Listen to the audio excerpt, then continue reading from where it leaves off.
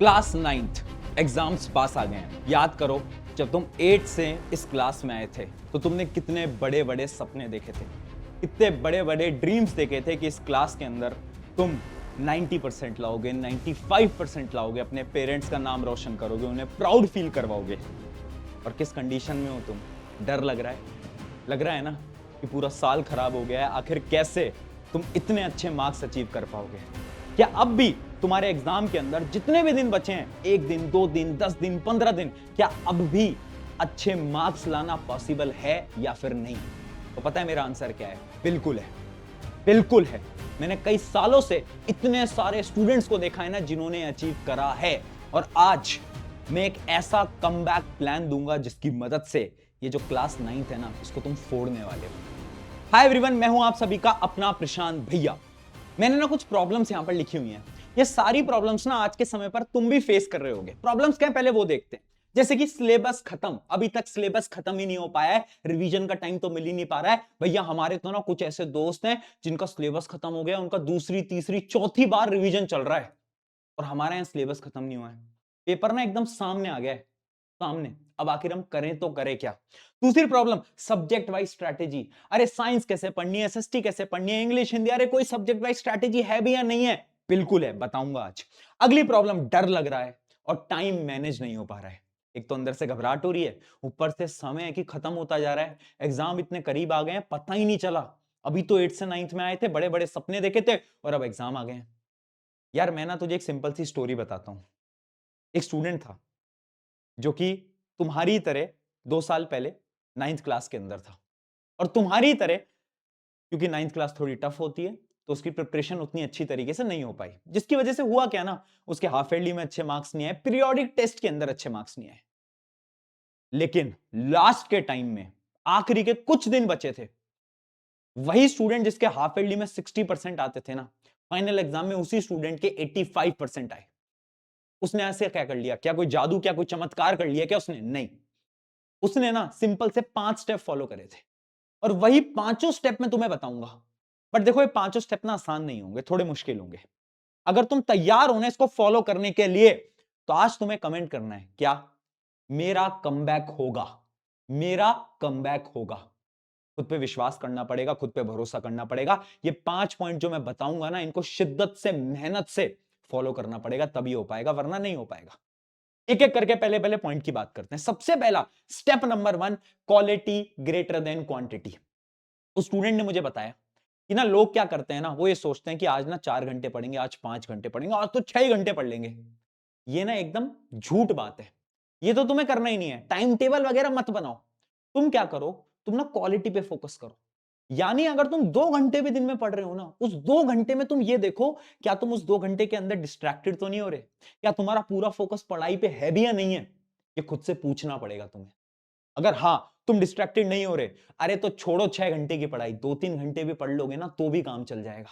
तो स्टूडेंट ने मुझे बताया कि ये जो क्वालिटी होती है ना, कि आप कम पढ़ो बट अच्छा पढ़ो, वो बहुत इंपॉर्टेंट होता है। तब से आपको क्या करना है, रात को सोने से पहले ना डेली के अपने टारगेट्स लिखो। जितने भी दिन एग्जाम है, मान लो 4 दिन में एग्जाम है यार साइंस का, तो या मैथ्स का, एसएसटी का, जिसका भी एग्जाम है, एक लिखो डेली कि आज मुझे ये खत्म करना है ना? उसको पेपर पे लिखना पड़ेगा, सोचने से कुछ नहीं होगा, लिखो। ठीक है? और रात को चेक करो अगले दिन, क्या तुम उसको अचीव कर पाए? जिस जिस टारगेट को तुम अचीव कर पाए ना, उस टारगेट पे ना ऐसे टिक लगाओ, एक एक करके टिक लगाओ। और जब तुम उस टिक को लगाओगे ना, तो अंदर से ना स्ट्रेंथ आएगी, अंदर से कॉन्फिडेंस आएगा। वो कॉन्फिडेंस बहुत जरूरी है। ट्राई करना, बहुत अच्छी स्ट्रैटेजी है। फिर आता है स्टेप नंबर 2। स्टेप नंबर 2 है smart work greater than hard work. उस स्टूडेंट ने बताया, लास्ट के टाइम में ना, अगर तुम ये सोच रहे हो ना कि तुम सारे चैप्टर्स को डिटेल में पढ़ लोगे, तो एकदम भ्रम है, एकदम झूठ है। तो करना क्या होगा, तुम्हें स्मार्ट वर्क करना होगा। अगर तुम्हारे एग्जाम में बहुत ही कम टाइम है ना, तो तुम ये देखो इंपॉर्टेंट चैप्टर्स कौन कौन से हैं, या फिर तुम ये देखो कि हर एक चैप्टर के इंपॉर्टेंट टॉपिक्स कौन से हैं। और इसी को हम बोलते हैं 80-20 रूल। ये मैं तुम्हें ऑलरेडी बहुत बार बता भी चुका हूं कि 20% सिलेबस होता है, जिससे कि 80% पेपर आ रहा होता है। अब वो तुम्हें कैसे पता चलेगा? तो देखो, मैं ना आज ये काम भी तुम्हारे लिए कर रहा हूं, तुम्हारे प्रशांत भैया तुम्हारे साथ खड़े हैं। ठीक है? तो साइंस, एसएसटी, मैथ, हर एक चैप्टर के इंपॉर्टेंट टॉपिक्स मैं तुम्हें अभी दिखाने वाला हूं। इसकी पीडीएफ भी मैं टेलीग्राम पे दे दूंगा, टेलीग्राम की लिंक डिस्क्रिप्शन में ज्वाइन कर लेना। फॉर एग्जांपल ये रही एसएसटी का 80-20 रूल। अगर आप ध्यान से देखोगे तो हिस्ट्री का जो चैप्टर है फ्रेंच रेवोल्यूशन, उसके कुछ ये वो टॉपिक्स हैं ना जिनसे सवाल आता ही आता है। तो तुम्हें क्या करना है, पढ़ना कैसे हो मैं बताऊंगा, लेकिन ये जो टॉपिक है ना, इन टॉपिक्स के क्वेश्चंस प्रैक्टिस करो, इन टॉपिक्स को ध्यान से पढ़ो, क्योंकि इन टॉपिक से सवाल आएंगे। अगर मैं बात करता हूं नाजिज्म, सोशलिज्म, ऐसे हमने क्या करा है ना, हर एक चैप्टर को डिवाइड कर दिया कुछ इंपॉर्टेंट टॉपिक्स के अंदर। तो अब आपको बस एक पीडीएफ उठानी है और ये जितने भी इंपॉर्टेंट टॉपिक्स लिखे हुए हैं इन टॉपिक्स को फटाफट से पढ़ लेना है। ऐसी सेम चीज मैंने आपको ऑलरेडी दे रखी है। ये तो पूरा एसएसटी हो गया, ज्योग्राफी खत्म हो गया, इकोनॉमिक्स खत्म हो गया, एंड साइंस।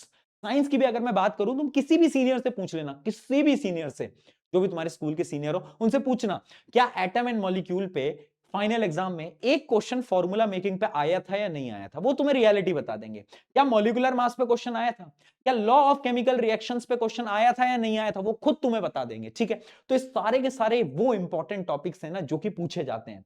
ऐसा ही सिमिलरली मैंने क्या करा है, मैथ्स के लिए भी बना दिया है। अब मैथ्स के लिए तुम्हें क्वेश्चन प्रैक्टिस करने की जरूरत होती है, वो मैं समझ रहा हूं, लेकिन ये इंपॉर्टेंट टॉपिक्स हैं, इन इंपॉर्टेंट टॉपिक्स के क्वेश्चन बड़े ध्यान से लगाना।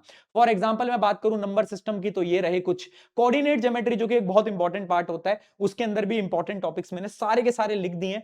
अब देखो, हर एक स्कूल के अंदर पेपर तो अलग बनना है, तो मैं अगर आपको कुछ 10 क्वेश्चन दे दूं और मैं तुम्हें ये बोलूं कि इन्हीं से ही सवाल आएंगे, तो ऐसा पॉसिबल नहीं है, क्योंकि हर स्कूल का पेपर अलग होता है। लेकिन इंपॉर्टेंट टॉपिक्स से सवाल आएंगे, यस बिल्कुल आएंगे। तो आपको थोड़ा सा स्मार्ट वर्क करना है, सारे के सारे इंपॉर्टेंट टॉपिक्स को नोट डाउन कर लेना है और इन इंपॉर्टेंट टॉपिक को पढ़ना है। ठीक है, अब आपको 2 स्टेप समझ आ गए होंगे। अब हम बढ़ते हैं तीसरे स्टेप की तरफ। तीसरा स्टेप है कि आखिर पढ़ना कैसे, हाउ टू स्टडी।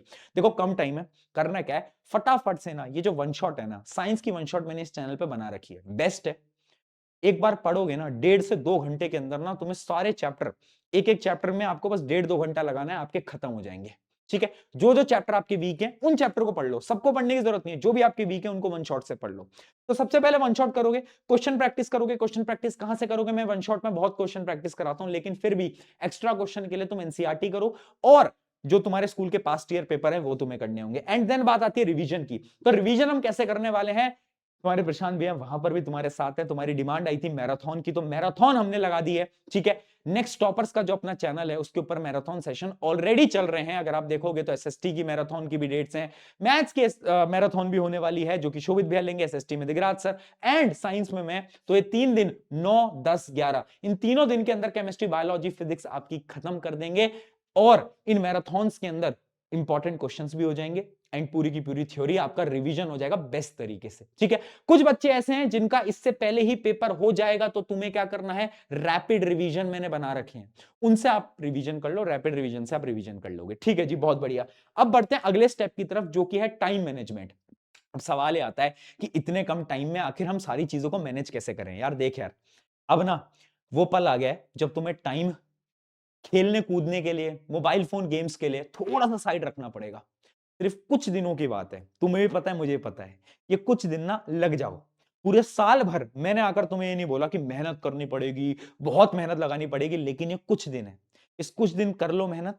मैंने बहुत बच्चों को देखा है जिनके यहां से यहां पर स्कोर इंप्रूव हुआ, तुम्हारा भी हो सकता है, बिल्कुल हो सकता है यार, डरना नहीं है, घबराना नहीं है। तो जो टाइम मैनेजमेंट की प्रॉब्लम है, इसका सिंपल सा सोल्यूशन है कि अब ना तुम्हें पढ़ने का टाइम नहीं बनाना, तुम्हें अलग अलग चीजों का टाइम बनाना है। फॉर एग्जाम्पल, तुम्हें यह पता होना चाहिए कि तुम 1 घंटे मोबाइल फोन चलाओगे, बस तुम्हारे सारे टाइम फिक्स्ड होने चाहिए कि चलो मोबाइल फोन 1 घंटे, इधर जाना 1 घंटे, उधर जाना 1 घंटे, पढ़ने का टाइम मत बनाओ, क्योंकि पूरे टाइम तुम्हें पढ़ना ही है अब, बाकी और कुछ नहीं करना। ये आखिरी के कुछ दिनों में पूरे टाइम तुम्हें पढ़ना पड़ेगा, मेहनत करनी पड़ेगी। फाइनली आते हैं हमारा लास्ट स्टेप, जो कि है ओवर थिंकिंग। मुझे पता है ओवर थिंकिंग हो रही है। पहली बात ना, तुम्हारे मन में ये सवाल चल रहा है ना कि यार आपने तो अपने पेरेंट्स को वो जो प्राउड फील तुम करवा सकते थे वो तुम नहीं करवा पा रहे हो। ऐसा बिल्कुल भी नहीं है यार, ठीक है, तुम बहुत अच्छा करोगे, एग्जाम्स के अंदर भी, लाइफ के अंदर भी, मुझे भरोसा है। अब ये जो ओवर थिंकिंग है ना, इसका सोल्यूशन सिंपल सा है। एक पेपर लो, उस पेपर पे ना जो भी तुम्हारे दिमाग में थॉट आ रहे हैं ना, वो सारे थॉट्स लिख दो, सारे थॉट्स।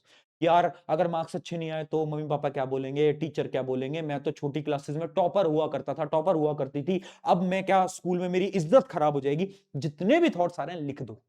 जब तुम लिखोगे ना तो तुम्हें रियलाइज होगा कि आधे जो थॉट्स हैं ना, ये तो बेकार थॉट्स हैं, इनका तो कुछ करना ही नहीं है, और वो तो तुम काट दो। जब तुम लिखते हो ना तो आधी प्रॉब्लम ऑटोमेटिकली सॉल्व हो जाती है।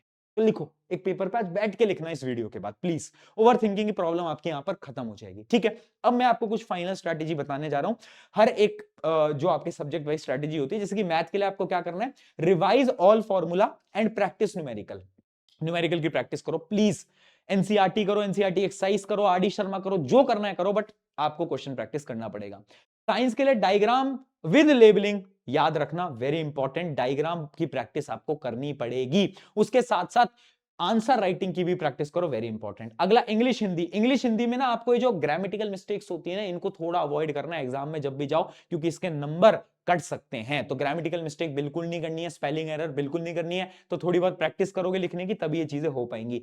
एसएसटी में क्या करना होगा, एसएसटी में तुम्हें 2-3 बार रिवाइज करना होगा, तभी चीजें याद हो पाएंगी। इतना जल्दी याद नहीं होता एसएसटी में, मुझे पता है, लेकिन जब तुम 1-2 बार रिवाइज करोगे ना, जब तुम कीवर्ड पकड़ोगे कि अच्छा इस आंसर में ये वाला कीवर्ड लिखना होता है, तो तुम्हारी चीजें आसान हो जाएंगी। तो ये थी हमारी पूरी की पूरी क्लास 9 की स्ट्रैटेजी। क्लास 9 में प्रशांत भैया साथ हैं, क्लास 10th में तो प्रशांत भैया साथ होंगे। याद रखना, बिल्कुल भी डरना नहीं है, घबराना नहीं है, बस याद रखना कि I am proud of you. ये एग्जाम बहुत अच्छा होगा, जाओ एग्जाम देकर आओ, टेक केयर।